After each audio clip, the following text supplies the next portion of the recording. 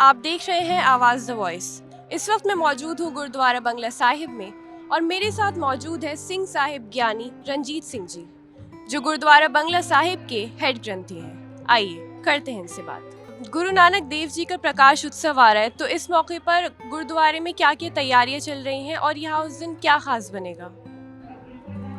वाहिगुरु जी का खालसा, वाहिगुरु जी की फतेह।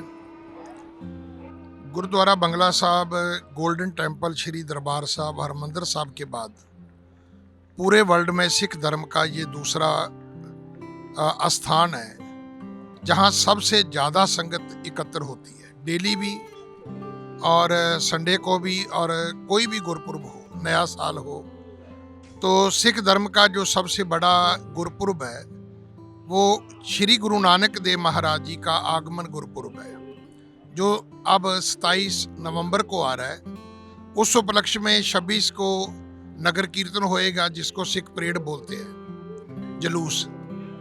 और 27 को जो बड़े समागम होंगे, मुख्य पंडाल होगा, वो तो होगा रकाबगंज गुरुद्वारे में। लेकिन जो गुरुद्वारा बंगला साहब है, इस पे सबसे ज़्यादा संगत इधर ही आती है, जहाँ गुरु नानक देव जी का जो अपना गुरुद्वारा है, जहाँ गुरु नानक देव महाराज जी ने चरण पाए थे।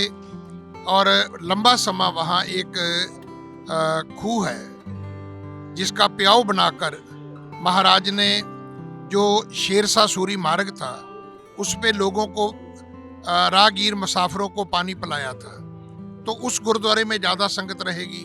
और गुरुद्वारा बंगला साहब में आज बहुत बड़ी एग्जीबिशन आरंभ हुई है, जो जिसमें सिख साहित्य और चित्र प्रदर्शनी रहेगी, सिख धर्म से रिलेटेड बुक्स, और जो हमारे 5 ककार हैं उनमें से कृपाण, कंगा, कड़ा, जो भी आज अवेलेबिलिटी है, और सिख हिस्ट्री की बुक्स, जहाँ और जो सिखों के जो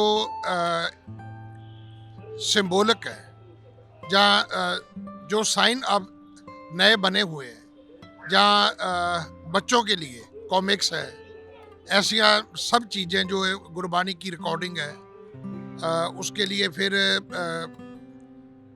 पेंटिंग है, तस्वीरें हैं, ये सब आज डिस्प्ले शुरू हो गया है।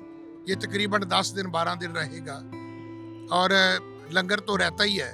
उसके अलावा गुरुद्वारे में दीपमाला होगी 26 को और 27 को, और निरंतर सारा दिन गुरबानी का कीर्तन होगा। और कम से कम 10 लाख लोग उस दिन बाबा जी के दरबार में आएंगे।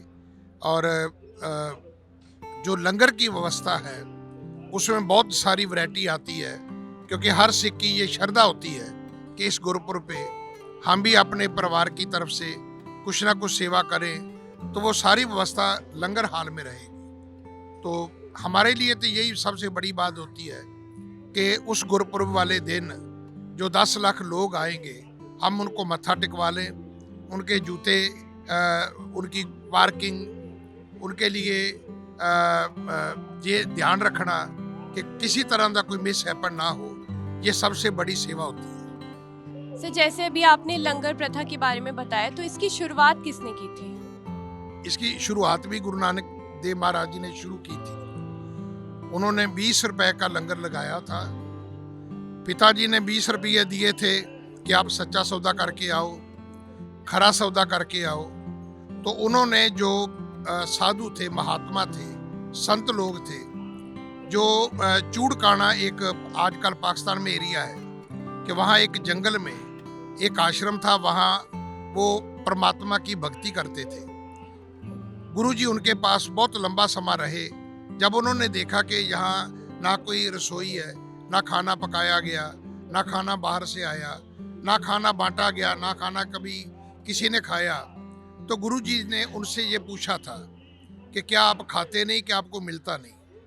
तो उन्होंने बोला कि भाई हम खा लेते हैं, लेकिन खाने के लिए साधु नहीं बने।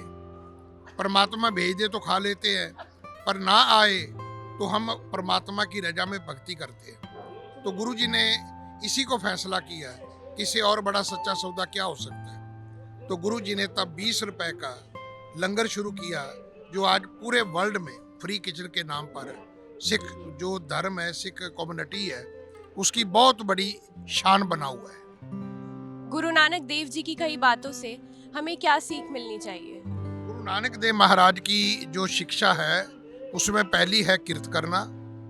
हर आदमी को काम करना चाहिए, अपने बच्चों के लिए नहीं करना तो जो संसार में गरीब लोगों के बच्चे हैं, जो नीडी परिवार हैं या जो नीडी बच्चे हैं, जो होमलेस लोग हैं, हमको उनके लिए काम करना चाहिए।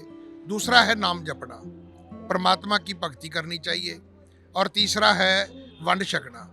जो भी परमात्मा ने आपको दी है, अकल दी है, कोई शफा दी है, कोई सुख समृद्धि पैसा दी है, अगर आपके पास इल्म है, ज्ञान है, तो आप इसको दूसरों के साथ शेयर करो।